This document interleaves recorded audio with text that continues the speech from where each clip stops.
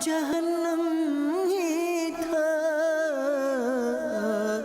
میں تو جاتا مجھے سرکار نے جانے نہ دیا۔ الحمدللہ رب العالمین والصلاة والسلام علی سید المرسلین، اما بعد فاعوذ باللہ من الشیطان الرجیم، بسم اللہ الرحمن الرحیم۔ الصلاة والسلام علیک یا رسول اللہ وعلی آلک واصحابک یا حبیب اللہ۔ الصلاة والسلام علیک یا نبی اللہ وعلی آلک واصحابک یا نور اللہ۔ میرے میٹھے اور پیارے اسلامی بھائیوں اور مدنی چینل کے ناظرین، درود پاک پڑھنے کے بے شمار فضائل و برکات ہیں۔ کبھی کبھی جب درود پاک کے فضائل پڑھتے ہیں اور سنتے ہیں نا، تو یہ سمجھ نہیں آتا کہ درود پاک کس کس جگہ کام آتا ہے۔ یعنی یوں کہا جائے کہ وہ کون سا معاملہ ہے، وہ کون سی مشکل ہے، وہ کون سی پریشانی ہے جس میں درود پاک جو ہے وہ ایک حل کا کردار ادا نہیں کرتا۔ اتنے فضائل، اتنے واقعات۔ اب ہو سکتا ہے یہاں بہت سارے اسلامی بھائی ہوں، مشکلیں ہوتی ہیں، پریشانیاں ہوتی ہیں، پریشانیوں میں ہم بعض اوقات دنیا والوں کے پاس جاتے ہیں۔ آئیے میں نبی پاک علیہ الصلوۃ والسلام کی ایک بڑی خوبصورت حدیث پاک پیش کرتا ہوں۔ میرے آقا مدینے والے مصطفیٰ صلی اللہ تعالیٰ علیہ وسلم نے فرمایا، من عسر علیہ شیء، میرے آقا نے فرمایا جس پر کوئی مشکل درپیش ہو، کوئی پریشانی آ جائے، اس کو کیا کرنا چاہیے؟ فرماتے ہیں فَلْيُكْثِرْ مِنَ الصَّلَاةِ عَلَيَّ، اسے چاہیے کہ وہ مجھ پر کثرت کے ساتھ درود پاک پڑھے۔ اچھا جب یہ کرے گا تو کیا ہوگا؟ آگے نبی پاک علیہ الصلوۃ والسلام فرماتے ہیں فَإِنَّهَا تُحِلَّ الْعُقَدَ وَتَكْشِفُ الْكُرَبَ، میرے آقا فرماتے ہیں جب یہ وہ کرنا شروع کرے گا، درود پاک پڑھتا رہے گا، یہ درود پاک اس کی مصیبتوں اور بلاؤں کو ٹال دے گا۔ کیونکہ مجھ پر درود پاک پڑھنا، حدیث کا خلاصہ ہے، درود پاک پڑھنا مصیبتوں اور بلاؤں کو ٹالنے والا ہے۔ اب جب بھی پریشانی میں ہونا، آپ اس کو ایگزام کر کے دیکھ لیں، اس کو تجربہ کر کے دیکھ لیں، درود پڑھتے چلے جائیں، انشاءاللہ برکتوں کا ظہور ہونا شروع ہو جائے گا۔ اس حدیث کے تحت بہت سارے واقعات بیان کیے جا سکتے ہیں۔ درود پاک کی بڑی مشہور و معروف کتابوں میں ایک واقعہ لکھا کہ ایک عاشق رسول نے اپنے ایک دوست سے قرض لیا۔ یہاں بھی کاروباری لوگ بیٹھے ہیں اور بعض اوقات اس طرح کے معاملات ہو جاتے ہیں۔ قرض لیا اور 3000 دینار کا وہ قرض تھا۔ ایک پرٹیکولر ٹائم طے ہو گیا کہ within that particular time اس نے وہ لون ریٹرن کرنا تھا۔ وہ ٹائم گزر گیا، اب اس کے دوست نے ڈیمانڈ کرنا شروع کی کہ وقت ہو گیا ہے، میرے پیسے دے دو۔ اس نے کہا پیسے تو ہے نہیں، کاروبار کولیپس ہو گیا ہے اور اب میرے پاس تمہیں واپس لوٹانے کے لیے 3000 دینار نہیں ہیں۔ 3000 دینار کوئی چھوٹی رقم نہ تھی اس زمانے میں۔ بہرحال کورٹ میں کیس گیا، قاضی نے دونوں کو سنا، وہ کہتا ہے پیسے مجھے دینے ہیں بٹ میرے پاس ابھی نہیں ہیں۔ تو اب 3000 دینار کے لیے قاضی نے 30 دن کا وقت دیا کہ ود ان اے منتھ تم نے یہ پیسے اسے ریٹرن کرنے ہیں۔ اچھا اب جو دوسرا شخص تھا جس نے پیسے دینے تھے، اس کے پاس تھا ہی کچھ نہیں، کوئی کاروبار نہیں، کوئی روزگار نہیں، 30 دن میں کیسے لوٹاؤں پیسے؟ علماء نے لکھا کہ ہو سکتا ہے اس نے یہ حدیث پاک سنی ہو جو ابھی میں نے بیان کی کہ جب مصیبت میں ہو، پریشانی میں ہو تو درود پڑھو، درود سے مصیبتیں دور ہو جاتی ہیں۔ اس عاشق رسول نے سوچا اب کوئی چارہ تو نہیں ہے، پیسے لوٹانے ہیں ورنہ قید ہونا پڑے گا۔ اس نے کیا کیا کہ صبح سے لے کر شام تک کنٹینیو درود پاک پڑھنا شروع کر دیا۔ 27 دن 27 ڈیز کنزیکٹیولی ڈیلی درود پاک پڑھتا رہا۔ 28ویں رات آ گئی۔ اس 28ویں رات جب وہ سویا تو اس کو خواب میں ایک آواز آئی، گھبراؤ نہیں، تمہارا مسئلہ حل ہو جائے گا، تمہارا قرض ادا کر دیا جائے گا۔ اب یہ صبح اٹھا اور تھوڑی سی سیٹسفیکیشن تو ہوئی، مگر سوچنے لگا ایک آواز آئی ہے، مسئلہ حل کیسے ہوگا؟ اب اس نے جب 28 ڈے تھا وہ بھی درود پاک پڑھتے پڑھتے گزارا۔ 29ویں رات آ گئی، اب آنکھیں تو بند ہوئیں مگر قسمت جاگ اٹھی۔ مدینے والے آقا سرکار دو عالم صلی اللہ تعالیٰ علیہ وسلم خواب میں تشریف لائے، فرمائے گھبراؤ نہیں، علی بن عیسیٰ وزیر کے پاس چلے جاؤ اور اسے جا کر کہنا کہ تمہارا قرض ادا کر دے۔ اب جو صبح آنکھ کھلی اس عاشق رسول کی، اب تو بڑا خوش، قسمت کا ستارہ چمک اٹھا نا۔ سرور کائنات صلی اللہ تعالی علیہ وسلم کی زیارت ہو چکی تھی، مگر پھر اسے خیال آیا کہ میں اگر جا کر علی بن عیسیٰ جو وزیر تھا اس زمانے کا، اس کو یہ کہوں گا کہ میری مدد کرو، تو وہ ہو سکتا ہے مجھ سے پوچھے کہ میں کیسے اس بات کو مانوں کہ تمہیں نبی پاک کا دیدار ہوا ہے، یہ تو کوئی بھی آ کر دعویٰ کر سکتا ہے، یو ہیو اینی پروف، کوئی ایویڈنس ہے تمہارے پاس؟ اب یہی سوچتا رہا اور 30واں دن بھی گزر گیا، آخری رات آ گئی، اب صبح کورٹ جانا ہے، پیسے دینے ہیں یا جیل ہونی ہے۔ اس رات پھر نبی پاک علیہ الصلوۃ والسلام کا خواب میں دیدار ہوا۔ پیارے آقا فرماتے تم کیوں نہیں گئے علی بن عیسیٰ وزیر کے پاس؟ میں خلاصہ عرض کر رہا ہوں۔ تو کہا حضور میں چلا تو جاتا، آپ نے فرمایا تھا، مگر وہ وزیر ہے، وہ مجھ سے کوئی ایویڈنس مانگ لیتا، کوئی پروف مانگ لیتا، تو میں اسے کیا پروف دیتا کہ مجھے نبی پاک علیہ الصلوۃ والسلام نے بھیجا ہے؟ فرمایا اچھا ایسا کرو، اس کے پاس جانا اور جا کر کہنا کہ آپ روزانہ فجر کی نماز کے بعد 5000 مرتبہ درود پاک پڑھتے ہیں، یہ راز یا تو آپ جانتے ہیں یا آپ کا رب جانتا ہے یا کرامن کاتبین جانتے ہیں، اعمال لکھنے والے فرشتے جانتے ہیں۔ آپ جب تک یہ 5000 درود پڑھتے نہیں اس وقت تک آپ کسی سے بات نہیں کرتے، یہ وہ راز ہے جو کوئی اور نہیں جانتا۔ اب یہ عاشق رسول جب بیدار ہوا تو ویری سیٹسفائی کہ اب لگتا ہے معاملہ سالو ہو گیا۔ کورٹ جانے سے پہلے علی بن عیسیٰ وزیر کے پاس چلا گیا، جا کر اسے کہا کہ میں آپ کے لیے ایک پیغام لایا ہوں۔ اس نے کہا کس کا پیغام لایا ہوں؟ کہ سرور کائنات نبی محتشم صلی اللہ تعالی علیہ وسلم کا پیغام لایا ہوں۔ کہا اچھا تمہارے پاس کوئی پروف ہے، کوئی ایویڈنس ہے کہ تمہیں میرے آقا نے بھیجا ہے؟ کہا ہاں ثبوت بھی لایا ہوں، اور ثبوت یہ ہے کہ آپ روزانہ فجر کے بعد میرے آقا مدینے والے مصطفیٰ صلی اللہ تعالی علیہ وسلم کی ذات پر درود پڑھتے ہیں، اور 5000 بار درود پڑھتے ہیں، جب تک درود کمپلیٹ نہیں ہوتے کسی سے بات نہیں کرتے۔ یہ راز آپ جانتے ہیں، آپ کا رب جانتا ہے یا کرامن کاتبین فرشتے جانتے ہیں۔ اب ذرا غور کیجئے وہ وزیر کیسا عاشق رسول ہوگا جو ڈیلی پنکچویلٹی کے ساتھ 5000 ٹائم درود پاک پڑھتا ہوگا۔ وہ تو خوش و خرم ہو گیا نا، مرحبا یا رسول اللہ، کیا پہلے تو اس نے نعرہ لگایا، اس عاشق رسول کا ماتھا چوما اور اپنے گھر کے اندر چلا گیا۔ واپس آیا، 3000 دینار کی ریکوائرمنٹ تھی نا، اس نے 9000 دینار پیش کیے۔ کہا حضور 3000 تو میرے آقا کا حکم ہے۔ لبیک یا رسول اللہ، یہ پہلے تو یہ لے لیجئے، دوسرے 3000 دینار اس لیے لیجئے کہ آپ نے میرے گھر اپنے قدم رکھے، آپ قدم رنجا فرمایا، یہ اس کا نذرانہ ہے۔ 3000 اور لے جائیے، اس سے اپنے بچوں کے لیے کوئی چیز خرید لیجئے گا، کوئی چھوٹا موٹا کام شروع کر لیجئے، اور ایک وعدہ کر لیجئے کہ ان فیوچر بھی زندگی میں کبھی بھی آپ کو کوئی پرابلم ہو آپ مجھے یاد کر لینا، میں آپ کا بھائی ہوں۔ اب یہ دیوانہ خوشی خوشی کورٹ میں پہنچا۔ اچھا اس کورٹ میں maybe everybody expecting over there, وہاں ہر بندہ یہ سوچ رہا ہوگا کہ اب تو اس نے آ کر کہنا ہے پیسے ہی نہیں ہیں اور قید ہو جانا ہے، مگر اس نے جاتے ہی جج کے ہاتھ میں 3000 دینار رکھ دیے کہ یہ لیجئے میرا قرض میں لوٹا رہا ہوں۔ تو جج نے کوسچن کیا کہ تم تو کہتے تھے کاروبار ہی نہیں ہے، کوئی میرے پاس نوکری نہیں ہے، میں پیسے دے ہی نہیں سکتا، 30 دن میں کہاں سے انتظام کیا؟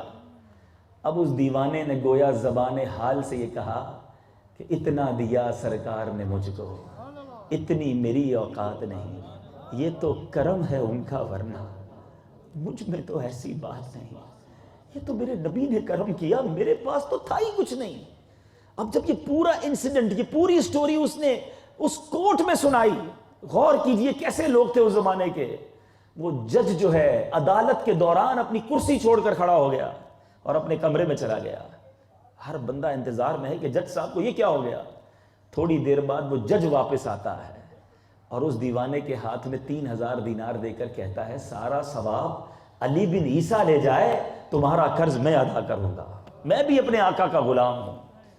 اب اس دیوانے نے جس نے کورٹ میں کیس کیا تھا اس کو پیسے دے دیے کہ لو بھائی اب تم پیسے لے لو۔ وہ سارا واقعہ سن رہا تھا، کہتا سنو قلم اور دوات منگائی جائے، میں آج اس عاشق رسول کو اپنا قرضہ معاف کرتا ہوں، میں بھی اپنے آقا کا غلام ہوں۔ اچھا اب اس عاشق رسول نے وہ 3000 دینار جج کو واپس دے دیے کہ حضور آپ نے تو مجھے دیے لیکن وہ قرضہ ہی معاف کر دیا۔ تو کہا جو پیسے سرکار کے نام پہ نکال دیے واپس نہیں لیتا، یہ تم لے کر اپنے گھر والوں کے پاس چلے جاؤ۔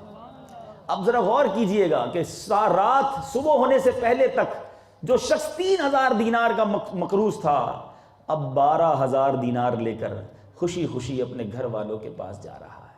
جبھی تو شاعر لکھتا ہے نا, دکھوں نے تم کو جو گھیرا ہو تو درود پڑھو, دکھوں نے تم کو جو گھیرا ہو تو درود پڑھو, جو حاضری کی تمنا ہو تو درود پڑھو. آج ہمارا پرابلم یہی ہے, ہم پرابلم میں آتے ہیں نا, ہم دنیا والوں کو ڈھونڈتے ہیں, ہم سورسفل پرسنالٹیز کو ڈھونڈتے ہیں, ہم جناب دنیا میں ایسے لوگوں کو تلاش کرتے ہیں جو میری اس مشکل کو حل کر دیں. ارے جس کے مشکل کشا ہوں, ایسے پیارے آقا موجود ہوں, وہ انہیں یاد نہیں کرتا. ارے امتی آقا کو پکار کر تو دیکھے, ان کی بارگاہ سے لو لگا کر تو دیکھے, درود پاک کی کثرت کر کر تو دیکھے, پھر دیکھو کیسے مدینے سے کرم کی بدلیاں آتی ہیں. شاعر لکھتے ہیں نا, فریاد امتی جو کرے حال زار میں, فریاد امتی جو کرے حال زار میں, ممکن نہیں کہ خیر بشر کو خبر نہ ہو, واللہ وہ سن لیں گے, فریاد کو پہنچیں گے. اتنا بھی تو ہو کوئی جو آہ کرے دل سے. ارے پکاریے تو صحیح, میرے آقا تو وہ ہیں. مسجد نبوی شریف میں ایک بار ایک منبر پر میرے آقا بیٹھ کر خطبہ دے رہے تھے, صحابہ کرام بیٹھے ہوئے, حدیث کی کتابوں کے الفاظ بیان کر رہا ہوں. حدیث کے الفاظ ہیں کہ جس طرح بچہ بلک بلک کر روتا ہے, مسجد نبوی شریف میں اس طرح رونے کی آواز آنے لگی. صحابہ حیران ہیں کہ کون رو رہا ہے. نبی پاک منبر سے اترتے ہیں اور ایک لکڑی کے سوکھے تنے کو جا کر سینے لگا لیتے ہیں. یہ وہ تنا تھا جس سے میرے آقا پہلے ٹیک لگا کر خطبہ دیا کرتے تھے. اب منبر بن گیا تو نبی پاک منبر پر بیٹھ کر خطبہ دینے لگے, اور پھر نبی پاک نے خود اس کی بارے میں بتایا. حدیث کا خلاصہ ہے کہ یہ تنا چونکہ اب میں نے اس کو ٹیک لگانا چھوڑ دیا تھا, میرے فراق میں رو رہا تھا. فرمایا کہ اگر میں اسے دلاسا نہ دیتا تو قیامت تک روتا رہتا.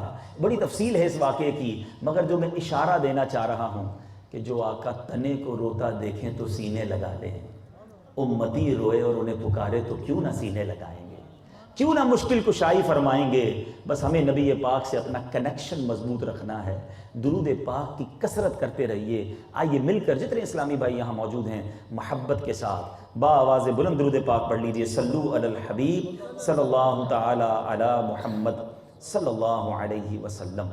آج میں سرور کائنات علیہ الصلوۃ والسلام کی ایک مبارک عادت آپ کے سامنے رکھنا چاہتا ہوں, اور اس امید کے ساتھ کہ ہم اس اجتماع میں آئے ہیں, میں یہ چاہتا ہوں کہ آج یہ ایک میسج لے کر جائیں کہ سرور کائنات علیہ الصلوۃ والسلام کی یوں تو ہر عادت, ہر ادا نرالی ہے, اور اوصاف اتنے ہیں کہ ہماری تو اوقات بھی نہیں, ہم کیا بیان کریں. دنیا بیان کرتی چلی آ رہی ہے, مور دین 1400 ایئرز ہو چکے ہیں سرور کائنات علیہ الصلوۃ والسلام کی سیرت لکھی جا رہی ہے, تو مختلف لائبریریاں بھر چکی ہیں, مگر بات یہ ہے زندگیاں ختم ہوئیں اور قلم ٹوٹ گئے, زندگیاں ختم ہوئیں اور قلم ٹوٹ گئے. آقا تیرے اوصاف کا ایک باب بھی پورا نہ ہوا, دلدار بڑے آئے محبوب بڑے دیکھے, جو دیکھے سبھی ان کے قدموں میں پڑے دیکھے. ارباب نظر کو کوئی ایسا نہ ملے گا, بندے تو بہت مل جائیں گے پر آقا نہ ملے گا. تاریخ اگر ڈھونڈے گی ثانی محمد, ارے ثانی تو بڑی چیز ہے, سایہ نہ ملے گا. میرے آقا کی ذات تو بیان کرنا ہماری اوقات ہی نہیں ہے. سچی بات تو یہ ہمارے پاس تو الفاظ ہی نہیں ہیں. بس چل لکھا لائیں ثنا خانوں میں چہرہ تیرا, اس نیت سے ایک عادت کریمہ. بڑا خوبصورت واقعہ حضرت ابو ہریرہ رضی اللہ تعالیٰ عنہ بیان کرتے ہیں, ابو داؤد شریف میں یہ حدیث شریف موجود ہے کہ ایک حبشی عورت نبی پاک علیہ الصلوۃ والسلام کی مسجد میں صفائی کیا کرتی تھی. ہم دوسرے لفظوں میں کمپیریزن بلا تمثیل, ہمارے گھر میں جو صفائی کرنے والی عورتیں ہوتی ہیں, ماسی جس کو ہم نارملی کہتے ہیں, بہرحال اس کا مرتبہ تو بہت اعلیٰ تھا. نبی پاک کے دور کی وہ خاتون تھی اور مسجد کی گویا وہ صفائی کرتی تھی. اب کچھ عرصے کے بعد پیارے آقا علیہ الصلوۃ والسلام کو وہ نظر نہ آئیں. میں خلاصہ حدیث عرض کر رہا ہوں. تو پیارے آقا علیہ الصلوۃ والسلام نے اس عورت کے بارے میں دریافت کیا کہ وہ خاتون کہاں ہیں. تو کہا یا رسول اللہ صلی اللہ تعالیٰ علیہ وسلم, ان کا انتقال ہو گیا ہے. پیارے آقا نے فرمایا آپ نے مجھے بتایا نہیں کسی نے کہ اس کا انتقال ہو گیا. تو کہا حضور وہ رات کے وقت انتقال ہوا تھا, ہم نے سوچا آپ کے آرام میں خلل نہ ہو. تو ہم نے نماز جنازہ پڑھی اور تدفین کر دی. اللہ اللہ، نبی پاک علیہ الصلوۃ والسلام نے فرمایا مجھے اس کی قبر کے پاس لے جاؤ. مسجد نبوی میں صفائی کرنے والی ایک حبشی عورت، اور نبی پاک کا مرتبہ کیا ہے؟ محبوب خدا ہیں، رسولوں کے آقا ہیں، فرشتوں کے آقا ہیں. اگر اسٹیٹس کی بات کی جائے تو دنیا میں کوئی کتنا بڑا بادشاہ کیوں نہ ہو، کوئی کتنی بڑی سربراہی کیوں نہ رکھتا ہو، کوئی کتنا بڑا مقام کیوں نہ رکھتا ہو، میرے آقا کے قدموں کے دھول کی برابر بھی نہیں ہے. اعلیٰ حضرت لکھتے ہیں نا، اس گلی کا گدا ہوں میں جس میں مانگتے تاجدار پھرتے ہیں. تاجداروں کو بھی نبی پاک کے در سے خیرات ملتی ہے، مگر فرماتے مجھے بتایا کیوں نہیں؟ میرے آقا مسجد نبوی شریف میں اس صفائی کرنے والی خاتون کی قبر پر گئے. وہاں جا کر میرے آقا نے خود دوبارہ نماز جنازہ ادا کی اور فرمایا یہ قبریں ان قبر والوں کی ظلمت اور تاریکی سے بھری ہوئی ہیں، اور بے شک اللہ تعالیٰ میری ان پر پڑھی گئی نماز جنازہ کی بدولت ان کی قبروں کو روشن فرما دے گا. اب میرے میٹھے اسلامی بھائیوں، اس واقعے سے سیکھنے کو کیا ملا؟ ویسے تو بہت ساری باتیں اس واقعے کے تحت بیان کی جا سکتی ہیں، مگر جو آج میرا ٹاپک ہے اور جس پر میں نے کہا نا کہ میں آج ایک عادت مصطفیٰ صلی اللہ علیہ وسلم پر کچھ عرض کرنے آیا ہوں، اور وہ یہ ہے، اتنا بڑا مقام ہے، اتنی جس کو کہیں کہ عزت اور مرتبہ ہے، مگر اپنے غلاموں پر شفقت کیسی ہوتی تھی. ایک غریب کے بارے میں پتہ چلا کہ اس کی تدفین ہو گئی ہے، اس کی قبر پر پہنچ جانا. اور یہ نبی پاک کی سیرت کا ایک واقعہ نہیں. ایک بار ایک حبشی غلام آیا، ٹھیک ہے، اور آ کر عرض کرتا یا رسول اللہ صلی اللہ تعالیٰ علیہ وسلم، میرے گھر پر آپ کی دعوت ہے. غلام ہے، غریب ہے، اور کہتا یا رسول اللہ آپ کی دعوت میں چند کھجوریں اور پرانی چربی ہے میرے پاس، وہ آپ کو پیش کروں گا. مینیو بھی بتا دیا اور غریب بھی ہے. نبی پاک اس کے گھر بھی تشریف لے گئے. ذرا غور کیجئے، رب کے محبوب ہیں. مقام بیان کرنے جاؤں تو کئی بیان درکار ہیں، بیان ختم ہو جائیں گے، وہ مقام ہے، مگر غلاموں کے ساتھ ایٹیٹیوڈ ایسا ہے. ایک بار سرور کائنات علیہ الصلوۃ والسلام کو دیکھ کر ایک شخص کانپنے لگا، روب نبوت سے کانپنے لگا. میرے آقا علیہ الصلوۃ والسلام فرماتے ہیں گھبراؤ نہیں، میں بادشاہ نہیں ہوں، میں تو ایک قریشی عورت کا بیٹا ہوں جو سوکھا ہوا گوشت پکا کر کھایا کرتی ہے. یعنی اپنے آپ کو اتنا ہمبل، اتنا ڈاؤن ٹو ارتھ رکھنا، اس سرور کائنات علیہ الصلوۃ والسلام کی کیسی انکساری. ایک طرف مقام یہ ہے اور ایک طرف انداز یہ ہے. ایک بار نبی پاک علیہ الصلوۃ والسلام کی گویا دودھ شریک بہن، رضائی بہن پیارے آقا علیہ الصلوۃ والسلام کے پاس آئیں. حلیمہ سعدیہ رضی اللہ تعالیٰ عنہ کی وہ دختر تھی شیمہ، آ کر کہتی یا رسول اللہ میں آپ کی رضائی بہن ہوں. نبی پاک علیہ الصلوۃ والسلام نے کیا کیا؟ ان کے لیے اپنی چادر زمین پر بچھا دی، نہایت عزت کے ساتھ بٹھایا اور فرمایا میں تمہارا بھائی ہوں، اے میری بہن میرے پاس رہو گی یا اپنے گھر جاؤ گی، اپنے قبیلے میں جاؤ گی؟ کہتی حضور میں اپنے قبیلے میں جانا پسند کروں گی. ابھی وہ مسلمان نہیں ہوئی تھی، یاد رکھیے گا. نبی پاک سے ملاقات ہو رہی ہے، رضائی بہن، رشتہ دار نہیں تھی، وہ ایک دائی حلیمہ رضی اللہ تعالیٰ عنہ کی بہن ہیں. لیکن جب پتہ چلا کہ وہاں سے آئی ہے، میرے آقا نے اپنی چادر بچھائی اور جب کہا کہ میں اپنے قبیلے جانا چاہتی ہوں، نبی پاک علیہ الصلوۃ والسلام نے ایک کنیز، ایک غلام اور بھیڑ بکریوں کا ریور انہیں عطا فرما دیا کہ یہ بھی آپ اپنے ساتھ لے جائیں. نبی پاک کا حسن سلوک دیکھا. پہلی ملاقات میں وہ دودھ شریک بہن جو ہے وہ کلمہ پڑھ کر مسلمان ہو گئی. ایسے کئی واقعات ہیں. تو میں بتانا یہ چاہ رہا ہوں، دیکھیں دو چیزیں بہت سمجھنی ضروری ہیں کہ اتنا بڑا مقام اور اتنی زبردست عاجزی. ہمارے پاس تو ہے ہی کچھ نہیں، مگر عاجزی ہم سے دور دور تک نظر نہیں آتی. نرمی ہمیں بہت دور دور تک مسلمانوں میں نظر نہیں آتی. آج انسان کو تھوڑا کچھ مل جائے، یہ میں نے آپ کو نبی پاک علیہ الصلوۃ والسلام کی دودھ شریک بہن کا واقعہ سنایا. آج انسان پیسے والا ہو جائے، غریب رشتہ داروں کو پہچاننا بھول جاتا ہے. اچھا جب کوئی غریب رشتہ دار آ جائے نا دوستوں کے سامنے تو تعارف کروانے کا جی نہیں چاہتا کہ یہ میرا چاچا ہے، یہ میرا ماموں ہے، یہ میرا فلاں چچا زاد بھائی ہے، کہ پتہ ہے اس کے کپڑے بڑے نارمل سے ہیں، اس کا انداز بڑا غریبوں والا ہے، میں کہاں کہوں گا کہ یہ میرا رشتہ دار ہے.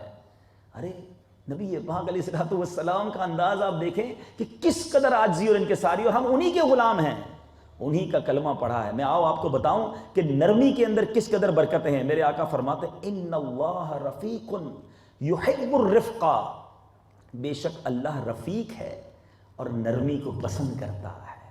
وَيُعْطِي عَلَى الرِّفْقِ مَا لَا يُعْطِي عَلَى الْعُنْفِ, اور نرمی پر وہ کچھ عطا فرماتا ہے جو سختی پر عطا نہیں فرماتا. وَمَا لَا يُعْطِي عَلَى مَا سِوَا, اور نرمی پر وہ کچھ عطا فرماتا ہے جو نرمی کے علاوہ کسی اور شے پر عطا ہی نہیں فرماتا. اس قدر پیاری چیز ہے نرمی, شفقت, محبت, پیار, تواضع, انکساری. اے میرے میٹھے اور پیارے اسلامی بھائیوں, زمین پر سب سے پہلا جو گناہ ہوا, سب سے پہلی جو رب کی نافرمانی ہوئی دنیا کے اندر, وہ کیا تھی؟ وہ تکبر تھا. شیطان نے یہ تکبر کیا تھا کہ میں حضرت آدم علیہ السلام سے افضل ہوں. معلم الملکوت تھا, فرشتوں کا استاد تھا, سب کچھ تھا, مگر راندائے درگاہ کر دیا گیا ایک بار تکبر کرنے کی وجہ سے. شیطان نے کئی بار تکبر نہیں کیا, بس ایک بار سجدہ کرنے سے انکار کیا. اس کی ساری عبادتیں, ساری ریاضتیں, ساری اس کے نام سب برباد کر دیا گیا. وہ شخص سوچے جو روزانہ تکبر کرتا ہے, جو روزانہ پراؤڈ کرتا ہے, جو اپنے آپ کو بہت کچھ سمجھتا ہے. آئیے میرے میٹھے اسلامی بھائیوں, میں آپ کو پہلے تو تکبر کی تعریف بتا دوں. تکبر کہتے کس کو ہے؟ تکبر جو ہے اپنے آپ کو کسی سے بہتر سمجھنے کا نام ہے, کہ میں اس سے سپیریئر ہوں, یہ مجھ سے کمتر ہے. یہ کبھی بھی دل میں نہیں آنا چاہیے. اچھا, آپ ہو سکتا ہے کہ یہاں جو اسلامی بھائی بیٹھے ہیں وہ سمجھیں کہ جناب بات تو یہ ٹھیک کر رہے ہیں, مگر میں تو تکبر نہیں کرتا, میں تو بڑا ہمبل ہوں, بڑا پولائٹ ہوں. تو آج ذرا غور سے یہ بیان اگر تھوڑا سا جو ابھی باقی ہے سن لیجئے گا تو شاید ریئلائز ہو جائے گا. میں کچھ ایگزامپلز بھی بیان کروں گا کہ لوگ کس طرح تکبر کرنے میں مبتلا ہو جاتے ہیں. قرآن پاک میں اللہ تعالیٰ ارشاد فرماتا ہے, اِنَّهُ لَا يُحِبُّ الْمُسْتَكْبِرِينَ. ترجمہ کنز الایمان, بے شک وہ مغروروں کو پسند نہیں کرتا. اللہ مغروروں کو پسند نہیں فرماتا. اور نبی پاک علیہ السلام نے فرمایا کہ قیامت کے دن جو متکبرین ہوں گے, پراؤڈ کرنے والے ہوں گے, ان کو انسانی شکلوں میں چیونٹیوں کی مانند اٹھایا جائے گا. آج بڑا کر و فر ہے نا, وہاں چیونٹی کی مانند اٹھائے جائیں گے, ہر جانب سے ان پر ذلت طاری ہوگی. میرے آقا علیہ السلام نے ایک بار ارشاد فرمایا, جس کے دل میں رائی کے دانے کے برابر تکبر ہوگا. لک ایٹ دا ایگزامپل, رائی کا دانہ بہت چھوٹا ہوتا ہے, رائی کے دانے کے برابر تکبر ہوگا, وہ جنت میں داخل نہ ہوگا. اب انڈرسٹینڈ کیجئے کہ کتنی بری بیماری ہے. اب آئیے, آپ کہیں گے کہ جناب میں تو نہیں کرتا تکبر. اب میں کچھ علامتیں, کچھ سمٹمز آپ کے سامنے رکھتا ہوں, غور کیجئے کہ کہیں میں اس میں مبتلا تو نہیں. پہلی علامت, اس بات کو پسند کرنا کہ میں کہیں بھی جاؤں تو لوگ میری تعظیم کے لیے کھڑے ہو جائیں, اور اگر نہ کھڑے ہوں تو دل میں برا جاننا. اگر کہیں آپ جاتے ہیں اور یہ خیال آتا ہے تو سوچئے کہیں یہ تو آپ کے دل میں خیال نہیں کہ میں چونکہ ان سے افضل ہوں تو ان کو کھڑا ہونا چاہیے تھا. تو تکبر اور کس شے کا نام ہے؟ اب غور کیجئے. دوسری مثال, کہ کچھ لوگوں کی یہ خواہش ہوتی ہے کہ لوگ میرے سامنے تعظیم میں کھڑے رہیں, میں بیٹھا رہوں, لوگ نہ بیٹھیں, آلویز کھڑے رہیں. یاد رکھو یہ تمنا بھی دل میں اچھی نہیں, کیونکہ نبی پاک علیہ السلام کا فرمان سناتا ہوں, ترمذی شریف کی حدیث ہے, جس کی یہ خوشی ہو کہ لوگ میری تعظیم کے لیے کھڑے رہیں, وہ اپنا ٹھکانہ جہنم میں بنائے. یہ خوشی نہیں ہونی چاہیے. اچھا, ایک اور علامت, کسی سے ملاقات کے لیے خود چل کر جانے میں ذلت محسوس کرنا, کہ یار میں کیوں جاؤں ان کے پاس, اس کو آنا چاہیے مجھ سے ملنے, میں بڑا ہوں, اس کو مجھ سے ملنے آنا چاہیے, میں کیوں ملنے جاؤں. میں نے ابھی آپ کو واقعہ سنا ہے, نبی پاک خود چل کر مدینہ منورہ کے کناروں تک جا کر بیماروں کی مزاج پرسی فرمایا کرتے, اور جناب دعوتوں میں شرکت کیا کرتے غریبوں کی. اور ہم کہتے ہیں نہیں میں نہیں جا سکتا, میں جاؤں گا تو میرا سٹیٹس نیچے آ جائے گا. ارے یہ تکبر کہیں مروا نہ دے, برباد نہ کر دے. میں نے آپ کو نبی پاک کی حدیث سنائی. اور آگے چلیے, فرمایا اچھا یہ بھی بعض اوقات ذہن میں ہوتا ہے کہ مجھے لوگ سلام کریں, میں سلام میں پہل نہ کروں, میں بڑا ہوں, مجھے آ کر سلام کریں, پہلے یہ سلام لیں. اللہ اللہ اللہ, ایک طرف جن کا یہ خیال ہے وہ غور سے سنیے. جس نبی کا آپ نے کلمہ پڑھا ہے نا, نبی پاک صلی اللہ تعالی علیہ وسلم کا ایٹیٹیوڈ یہ تھا, ہمیشہ آلویز میرے آقا سلام میں پہل فرمایا کرتے. کبھی کبھی تو صحابہ کہتے کہ ہم کوشش کرتے کہ آج جائیں گے دربار رسالت میں اور ہم جا کر سلام میں پہل کر دیں گے. کہتے جب بھی کوشش کرتے نا پیارے آقا پہلے ہی سلام ارشاد فرماتے. اور اب جو میں بات کرنے جا رہا ہوں نا, آپ سب کے ایمان کو تازہ کر دے گی. طبیعت اچھی ہو جائے گی آپ کی انشاءاللہ۔ بات یہ ہے کہ علماء کہتے ہیں چونکہ نبی پاک علیہ الصلوۃ والسلام کی یہ عادت ہے نا کہ سلام میں پہل فرماتے، آج بھی جب کوئی غلام روضہ رسول پر جاتا ہے، سنہری جالیوں پر حاضری دیتا ہے، اس سے پہلے کہ وہ غلام دربار رسالت میں سلام پیش کرے، وہ نبیوں کے تاجدار کرم فرماتے ہوئے خود سلام پہلے فرما دیتے ہیں۔ ان کی عادتیں ایسی اور ہماری عادتیں کیسی ہیں؟ جن کا غلام کہلاؤں ان کے طریقے پر عمل نہ کروں، یہ تکبر کبھی بھی دل میں نہیں آنا چاہیے۔ کیوں میں یہ سوچتا ہوں کہ مجھے لوگ پہلے سلام کریں؟ روایتوں میں آتا ہے جب دو مسلمان ملتے ہیں، جو سلام میں 100 رحمتیں نازل ہوتی ہیں، جو سلام میں پہل کرتا ہے اسے 90 رحمتیں مل جاتی ہیں۔ ہمیں تو لالچ ہونی چاہیے کہ میں سلام میں پہل کروں۔ اچھا پھر کوئی غریب مسکین پرانے کپڑوں والا ہمارے درمیان قریب بیٹھ جائے تو لوگ اس کو اچھا فیل نہیں کرتے، یار یہ کدھر میرے برابر میں بیٹھ گیا، کھڑے ہو جاؤ، لوگ کھڑا کر دیتے، بھائی ادھر سے اٹھیں، آپ کی جگہ نہیں، آپ ادھر بیٹھے۔ توبہ توبہ توبہ، کیا آپ جانتے ہیں کہ اس کا کیا مرتبہ ہو سکتا ہے اللہ کی بارگاہ میں؟ ہم نہیں جانتے۔ یاد رکھیں اللہ تعالیٰ نے اپنے اولیاء کرام کو بندوں میں چھپا کر رکھا ہے۔ میں آپ کو بنی اسرائیل کا ایک واقعہ سناؤں۔ بنی اسرائیل میں ایک بہت بڑا عبادت گزار اتنی عبادت کرتا تھا کہ ایک رحمت کا بادل اس کے اوپر ہر وقت سایہ کرتا، وہ جدھر جاتا بادل ساتھ جاتا، اتنا عبادت گزار۔ اور ایک بڑا گناہ گار، اس نے سوچا میں نے اتنے گناہ کر لیے، کتنی خطائیں کر لی، اب اللہ سے معافی مانگ لوں۔ اس نیت کے ساتھ اس نے سوچا کہ وہ جو نیک آدمی ہے نا جس کے سر پر بادل رہتا ہے، میں اس کے ساتھ بیٹھ جاتا ہوں، اس پر تو رحمتیں برستی رہتی ہیں، تھوڑی مجھ پر بھی برس جائیں گی۔ اس نیت کے ساتھ وہ گناہ گار مسکین عاجزی انکساری کے ساتھ جا کر اس نیک آدمی کے برابر میں بیٹھ گیا۔ بڑی اچھی نیت، اس کی انٹینشن بڑی سالڈ تھی، بڑی اچھی تھی۔ اب اس نیک بندے کے دل میں خیال آیا کہ میں اتنا نیک، اتنا عبادت گزار اور یہ ذلیل، یہ گناہ گار میرے برابر میں۔ اس نے کہا جاؤ اٹھ کر کھڑے ہو جاؤ یہاں سے۔ اس نے تکبر کیا، ادھر عاجزی تھی، ذرا غور کیجئے گا، ادھر عاجزی تھی اس بندے کے اندر، اس کے دل میں تکبر تھا۔ اللہ تعالیٰ نے اس زمانے کے نبی پر وحی بھیجی کہ جاؤ ان دونوں سے کہہ دو آج کے بعد اپنے اعمال دوبارہ سے شروع کریں۔ گناہ گار کے سارے گناہ عاجزی کی وجہ سے معاف کر دیے گئے اور نیکوکار کی تمام نیکیاں تکبر کی وجہ سے برباد کر دی گئی، نامہ اعمال زیرو ہو گیا۔ اور آگے سنیے، جب وہ گناہ گار کھڑا ہوا نا، کھڑا کیا نا اس کو، کھڑا ہو جائے یہاں سے، لوگ کھڑا کرتے ہیں، تم ڈرائیور ہو کر میرے پاس بیٹھ گئے، خانسامہ ہو کر یہاں کیا کر رہے ہو، تمہاری یہ جگہ نہیں ہے، ادھر جا کر کھاؤ۔ توبہ توبہ، کیا وہ اللہ کا بندہ نہیں؟ اس کا دل نہیں ٹوٹتا ہوگا؟ آج اللہ نے یہ مرتبہ آپ کو دیا ہے کہ آپ کے خانسامہ، آپ کے نوکر، آپ کے ڈرائیور آپ کے آگے پیچھے گھومتے ہیں۔ کیا تم اور میں ڈرائیور نہیں ہو سکتے تھے؟ کیا میں اور آپ کسی غریب، کسی امیر کے یہاں نوکر نہیں بن سکتے تھے؟ اللہ نے مہربانی کی، ہمیں کوئی مرتبہ اگر دے دیا تو کبھی تکبر دل میں مت آنے دینا۔ سنو پھر کیا ہوا کہ جب اس غریب کو، اس گناہ گار جو پہلے گناہ گار سمجھا جا رہا تھا، اس نے انہیں کہا کھڑے ہو جاؤ۔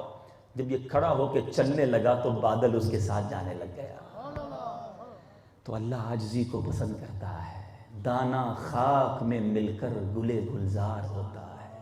خدا را نبی پاک کی اس عادت کو اپنے اندر بسائیے، ہمیں پتہ بھی نہیں چلتا، جی ہاں پتہ بھی نہیں چلتا، اور ہم اپنے انداز سے، اپنی عادتوں سے، اپنی باتوں سے کسی کا دل دکھا دیتے ہیں اور تکبر کرتے ہوئے چلے جاتے ہیں۔ میرے میٹھے اور پیارے اسلامی بھائیوں، ہاتھ ملانا لوگ پسند نہیں کرتے، ہاتھ بھی اسی سے ملائیں گے جو ہمارے سٹینڈرڈ کا ہے۔ اچھا کسی غریب سے ہاتھ ملانا بھی پڑ گیا تو ایسے ہاتھ ملائیں گے جیسے اس پر احسان کر رہے ہیں۔ ذرا غور کیجئے، کیوں ہاتھ ملاتے میں دل نہیں چاہ رہا کہ میں ہوں، یہ ہے، میں کیوں اس سے ہاتھ ملاؤں؟ توبہ توبہ توبہ۔ میرے آقا اپنے غلاموں کو اپنے ساتھ سواری پر بٹھایا کرتے۔ میں سیرت کی کتاب میں ایک واقعہ پڑھ رہا تھا، پیارے آقا علیہ الصلوۃ والسلام کے غلام ایک صحابی ساتھ تھے، پیارے آقا سوار تھے اور ان کے ہاتھ میں پیارے آقا علیہ الصلوۃ والسلام کے جانور کی لگام تھی۔ نبی پاک نے فرمایا کہ تم بھی میرے ساتھ اوپر آ جاؤ۔ کہتے ہیں یا رسول اللہ بس آپ اوپر ہے نا، میں نیچے ٹھیک نہیں۔ فرمایا تم بھی اوپر آ جاؤ۔ خلاصہ حدیث عرض کر رہا ہوں، ان کو اشارہ کیا، وہ جب اوپر چڑھنے لگے نا تو جانور ان بیلنس ہوا، نبی پاک خود زمین پر تشریف لے آئے۔ اب وہ صحابی ظاہر کتنے امپریس ہوئے ہوں گے کہ میری وجہ سے نبی پاک علیہ الصلوۃ والسلام کو زمین پہ آنا پڑ گیا۔ پیارے آقا سوار ہوئے، فرماتے دوبارہ آ جاؤ۔ کہتے نہیں یا رسول اللہ بس اب بہت ہو گیا، آپ سواری کریں، میں نیچے ٹھیک ہوں۔ پیارے آقا نے فرمایا نہیں آ جاؤ، میرے ساتھ آ جاؤ۔ دوبارہ چڑھنے لگے، اگین نبی پاک علیہ الصلوۃ والسلام زمین پر تشریف لے آئے۔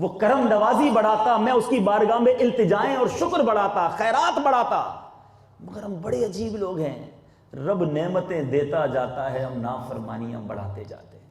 یہ عقل مندی نہیں ہے۔ جس کو جتنا رب نے نوازا ہے اس کو اتنی رب کی فرما برداری کرنی چاہیے، اتنا اس کا شکر ادا کرنا چاہیے۔ ایک اور سبب میرے میٹھے اور پیارے اسلامی بھائیوں، اور وہ ہے منصب۔ جب کسی کو کوئی عہدہ مل جائے، منصب مل جائے، تو وہ جناب کر و فر میں آ جاتا ہے۔ ارے یہ سیٹ، یہ عہدہ تو کچھ دنوں کا ہوتا ہے، اگر تکبر کی وجہ سے جنت سے باہر کر دیا گیا تو کیا کرو گے؟ اچھا پھر دولت مند ہو اور عاجزی کرے تو کتنی پیاری فضیلت ہے۔ نبی پاک علیہ الصلوۃ والسلام نے فرمایا، خوشخبری ہے اس شخص کے لیے جو تنگ دستی نہ ہوتے ہوئے تواضع کرے اور اپنا مال جائز کاموں میں خرچ کرے اور محتاج و مسکین پر رحم کرے اور اہل علم و فقہ سے میل جول رکھے۔ یعنی پیسہ بھی ہے اور پھر عاجزی ہے نا، اصل کمال یہ ہے۔ اور اسی طرح ایک اور وجہ بعض اوقات تکبر کی ہوتی ہے، خاندان، نسب۔ میں فلاں خاندان سے، پتہ نہیں میں کس فیملی سے ہوں، میرا سرنیم یہ ہے، اس وجہ سے لوگ تکبر کرتے ہیں۔ اور جو بیچارے نارملی جس کو ایک دوسرے درجے کی فیملی کہا جاتا ہے، ان کو کمتر سمجھتے ہیں۔ اللہ کی بارگاہ میں آپ نے وہ حجت الوداع کا خطبہ سنا ہوگا، کسی گورے کو، کسی کالے پر، کسی عربی کو، کسی عجمی پر کوئی فوقیت نہیں ہے۔ اس کی بارگاہ میں جو مقبول اور عزت والا ہے وہ تقوی والا ہے۔ ایک بار نبی پاک علیہ الصلوۃ والسلام نے فرمایا، موسیٰ علیہ الصلوۃ والسلام کے زمانے میں دو آدمیوں نے باہم فخر کیا۔ ان میں سے ایک جو کافر تھا وہ کہتا ہے میں فلاں کا بیٹا ہوں، فلاں کا بیٹا ہوں، اپنی پشتیں گنانے لگا، 9 پشتیں شمار کرائیں کہ میں اس کا بیٹا، اس کا باپ کا نام یہ، میرے پردادا کا نام یہ، سانتے نہیں میں کون ہوں؟ اللہ تعالیٰ نے حضرت موسیٰ علیہ الصلوۃ والسلام کی طرف وحی بھیجی، اس سے فرما دیجئے کہ وہ 9 کی 9 پشتیں جہنم میں جائیں گی اور تم ان کے ساتھ 10ویں ہوگے۔ تکبر اتنا ناپسند ہے، میں یہ ہوں، پتہ نہیں میں کس خاندان کا فرد ہوں۔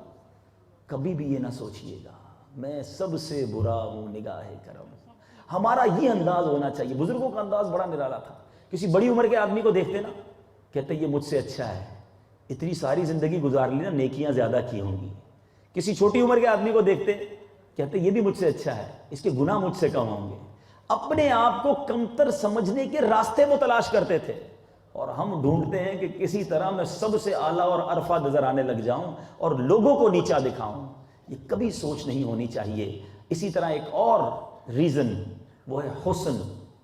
کسی کو خوبصورتی مل جائے، اب وہ نارمل کلر والوں کو، نارمل حلیے والوں کو سمجھتا ہے یار اس کا تو رنگ ہی سانولا ہے، یہ دیکھو اس میں کتنی نارمل باڈی ہے، اللہ نے مجھے کتنا حسن دیا ہے۔ ارے جب رب نے حسن دیا ہے تو پھر اس پر تکبر کیسا؟ ایک بڑی خوبصورت حدیث پاک، نبی پاک علیہ الصلوۃ والسلام فرماتے ہیں، جو حسین و جمیل اور شریف الاصل یعنی اونچے خاندان کا ہونے کے باوجود منکسر المزاج ہوگا تو وہ ان لوگوں میں سے ہوگا جنہیں اللہ قیامت کے دن نجات عطا فرمائے گا۔ اے خوش نصیبوں جن کو اللہ نے اچھے چہرے دیے، اللہ نے اچھے خاندان دیے، اللہ نے دولت سے نوازا، اللہ نے شہرت سے نوازا، یہ رب نے دیا ہے، اس کا شکر ادا کرتے رہنا۔ کبھی تکبر کو اپنے قریب نہیں آنے دیجئے۔ اللہ تعالیٰ سے ہم دعا کرتے ہیں رب کریم مجھے بھی، آپ سب کو بھی تکبر کی آفت سے محفوظ فرمائے، عاجزی اور انکساری کا پیکر بننا نصیب فرمائے، اس آقا کے صدقے جس کے بارے میں میرے شیخ طریقت امیر اہل سنت کیا پیارے انداز میں لکھتے ہیں، تیری سادگی پہ لاکھوں، تیری عاجزی پہ لاکھوں، ہو سلام عاجزانہ، مدنی مدینے والے، ہے چٹائی کا بچھونا، کبھی خاک ہی پہ سونا، کبھی ہاتھ کا سرہانا، مدنی مدینے والے ہیں۔ کبھی فرماتے ہیں کبھی جو کی موٹی روٹی تو کبھی کھجور پانی، تیرا ایسا سادہ کھانا، مدنی مدینے والے۔ وہ آقا اتنے سادہ، اتنے ہمبل، اتنے ڈاؤن ٹو ارتھ، اور ہم ہیں کہ جناب ہمارے پیر زمین پر نہیں رہتے۔ یاد رکھیے جو کر و فر کرنے والا ہے، تکبر کرنے والا ہے، وہ رب کو پسند نہیں ہے۔ ہماری میمنی میں ایک بڑا پیارا جملہ کہتے ہیں، اور امید ہے کافی میمن بھی بیٹھے ہوں گے، کہ جو نمیوں وہ اللہ کے گمیوں، تو نم جائیے، جھک جائیے، اللہ کی بارگاہ میں پسندیدہ ہو جائیں گے۔ اب آخر میں یہ عرض کر دوں کہ ہو سکتا ہے کسی کے دل میں یہ بات آ رہی ہو کہ یار جو یہ ایگزامپلز دی گئی ہیں ان میں سے کچھ جگہ پر میں بھی غلطی کر جاتا ہوں، میرے ایٹیٹیوڈ پہ بھی یہ بات ہے تو یہ بیماری دور کیسے ہوگی؟ تو علماء نے اس کا علاج بھی لکھا ہے. پہلا حل بتایا کہ دعا کرے. الدعاء صلاح المومن. ہر وقت یہ دعا کرتے رہا کریں کہ یا اللہ میرے دل سے تمام باطنی بیماریوں کو دور فرما دے، حسد سے بچا لے، تکبر سے بچا لے. میرے مولا میرے دل کو ان برے خیالات اور بری عادتوں سے بچا کر محبوب علیہ الصلوۃ والسلام کے عشق کا مدینہ بنا دے. یہ دعا کرتے رہا کریں. اچھا، دوسری جو وجہ جو علاج بتایا علماء نے کہ اپنے عیبوں پر نظر رکھے کہ میں اپنے آپ کو برتر سمجھنے چلا ہوں، میرے عیب کتنے ہیں، میری خطائیں کتنی ہیں، لوگوں کو پتہ چل جائیں تو مجھے کوئی منہ نہ لگائے اور میں چلا ہوں تکبر کرنے، تو پھر انشاءاللہ عاجزی پیدا ہوگی. تیسری بات جو علماء نے علاج لکھا کہ بندہ جو ہے وہ سلام میں پہل کرے. یہ تکبر کو دور کرنے کا ایک علاج ہے. جو ملے نا آپ اس کو پہلے سلام کریں، چاہے وہ غریب ہے، امیر ہے، جو بھی ہے، بھائی ملے السلام علیکم، السلام علیکم ورحمۃ اللہ وبرکاتہ. سلام میں آپ پہل کریں گے نا، آٹومیٹکلی آپ کے دل سے جو ہے وہ تکبر دور ہوگا. اچھا، ایک اور بڑا پیارا علاج، ڈیلیبریٹلی دانستہ جا کر غریبوں کے ساتھ کھانا کھائیں. آپ کے گھر میں آپ کے یہاں جو امپلائیز ہوں، کبھی آپ کو لگے کہ ان کا دسترخوان لگا نا، ان کے ساتھ بیٹھ جائیں. بالکل نہ شرمائیں اس میں، یقین کریں ان کے دل سے دعا نکلے گی. تھوڑی دیر تک تو پہلے یقین نہیں آئے گا یہ ہمارے ساتھ کو کیا ہو گیا ہے. حضرت امام حسن رضی اللہ تعالیٰ کو واقعہ سناؤں. ایک بار آپ جا رہے تھے تو روڈ پر بالکل فٹ پاتھ پر چند مزدور سوکھی روٹی کے ٹکڑے کھا رہے تھے. امام حسن جنتی نوجوانوں کے سردار نواسہ رسول، وہ مزدور کہتے ہیں حضور ہمارے ساتھ کھانا کھائیے نا. امام حسن بالکل ان کے ساتھ روڈ پر بیٹھ گئے سوکھی روٹی کے ٹکڑے کھانے کے لیے، بالکل ان کے ساتھ بیٹھ گئے. اتنا دل خوش ہوا ہوگا ان کا. پھر فرمایا دیکھو تم نے میری دعوت کی نا، اب میں تمہاری دعوت کروں گا، آپ سب میرے گھر آنا. اپنے گھر بلایا ان سب کو، مزدوروں کو، اور طرح طرح کے کھانے لگائے اور سب کو کھانا کھلایا. تو یہ ہے نواسہ رسول کا ایٹیٹیوڈ. تو آپ کبھی اپنے ملازمین اپنے اچھا پھر ہم کرتے کیا ہیں، امیر دعوت کو بلائے پہلے پہنچ جائیں گے، غریب بیچارہ دعوت کو بلائے تو ہم کہتے ہیں نہیں میں بڑا مصروف ہوں، آپ کو تو پتہ ہے میں کتنا بیزی ہوتا ہوں، ٹائم بالکل نہیں نکلے گا، پھر کبھی آ جاؤں گا. وہ بیچارہ انتظار ہی کرتا رہ جاتا ہے. ہمیشہ یاد رکھیں، جان بوجھ کر کسی غریب کی دعوت میں جاؤ، دیکھو اس کے دل سے کیسی دعا نکلتی ہے. امیر کے یہاں نہ جاؤ نا تو کوئی یاد بھی نہیں کرتا، مگر غریب جو آپ کے اپنے ہیں، غریب رشتہ دار ہیں، آپ کے غریب امپلائیز ہیں، جب ان کے گھر میں خوشی غمی ہو آپ پہنچیے. یہ آپ کے دل سے تکبر کو بھی دور کرے گا اور انشاءاللہ ان کے دلوں سے آپ کے لیے دعا بھی نکلے گی. یہ پریکٹس کرنی ہو نا کبھی، کبھی مسجد کے خادم ہوتے ہیں، چوکیدار ہوتے ہیں، آپ کے گھر میں جو امپلائیز ہوتے ہیں، کبھی رک کر انہیں سینے لگا لیں. یقین کریں کبھی ایک بار گلے لگا لیں. گلے لگا کے چھوڑو گے نا تو ان کی آنکھوں میں دیکھنا آپ کو نمی نظر آئے گی، آنسو نظر آئیں گے کہ ان کو بڑے عرصے سے کسی نے سینے نہیں لگایا ہوگا. ہم تو ملتے بھی اس سے جو میرے اسٹیٹس کا ہوتا ہے، چائے بھی اسی کے ساتھ پیتے ہیں جو ہمارے معیار، ہمارے جس کو ہم کہتے ہیں نا کہ ہمارے مطابق کا ہوتا ہے. ایسا نہ کریں. اللہ کے بندوں کی اگر دعائیں لینی ہیں، اگر ان کے دلوں میں جگہ بنانی ہے، رب کو راضی کرنا ہے، تو اللہ کی مخلوق سے محبت کیجیے، رب کے بندوں سے پیار کیجیے، ڈھونڈ ڈھونڈ کے انہیں محبتیں دیجیے جنہیں کوئی محبت نہیں دیتا. ایک واقعہ میں نے کئی بار بیانات میں سنایا ہے، آج چونکہ اس موضوع سے مطابقت رکھتا ہے، آخری بات ہے. ایک بار عید کا دن تھا اور ہم نے دیکھا ہے کہ عید کی نمازوں میں پولیس لگائی جاتی ہے، سیکیورٹی لگائی جاتی ہے. تو عید کی نماز تھی اور سیکیورٹی لگی ہوئی تھی، اور لوگ عید کے بعد جب ملتے رہے تو ایک باہر پولیس والا کھڑا تھا، اس سے کسی نے انٹرویو لیا. اس نے بتایا کہ میں آج عید کے دن ڈیوٹی کرنے تو آیا ہوں، مگر میری بچی بیمار ہے، اسے گھر چھوڑ کر آیا ہوں. چونکہ گورنمنٹ کا حکم تھا عید کے دن بھی مجھے ڈیوٹی کرنی پڑی، بیمار بچی کو گھر چھوڑ کر آیا ہوں. ان نمازیوں نے عید کی نماز پڑھی، سب نے ایک دوسرے کو عید مبارک کہا، مجھے ایک نے بھی عید مبارک نہیں کہا. کیا میں اپنے رب کا بندہ نہیں؟ کیا میں ان کا مسلمان بھائی نہیں؟ میں ان کی ڈیوٹی کے لیے کھڑا ہوں، انہوں نے کبھی بھی مجھے سلام نہیں کیا. یقین کریں جب سے میں نے یہ واقعہ سنا ہے نا، میں جب مسجد میں جاتا ہوں کوشش کرتا ہوں باہر کبھی کبھی گارڈز کھڑے ہوتے ہیں، چوکیدار کھڑے ہوتے ہیں، پہلے ان کو سلام کیا کریں، کم از کم ان سے طبیعت پوچھا کریں. ہم اندر جا کر اتنے لوگوں سے ملتے ہیں، یہ جاتے آتے گارڈ، چوکیدار، چیکنگ کرنے والے، ہمارا دروازہ کھولنے والے، آپ کے آفس میں کئی لوگ ایسے ہوں گے، آپ ملیں ان سے، ان کی طبیعت پوچھیں. یقین کریں ان کو بڑا لطف آئے گا اور آپ کو بھی مزہ آنے لگ جائے گا. اور اللہ نے چاہا تو اگر تکبر دل میں ہوا تو یہ عاجزی میں منتقل ہونا شروع ہو جائے گا. اللہ تعالی ہم سب کو عاجزی والا اور سنتوں کا پیکر بننے کی توفیق عطا فرمائے. میرے اعمال کا بدلا تو جہنم ہی تھا، میں تو جاتا مجھے سرکار نے جانے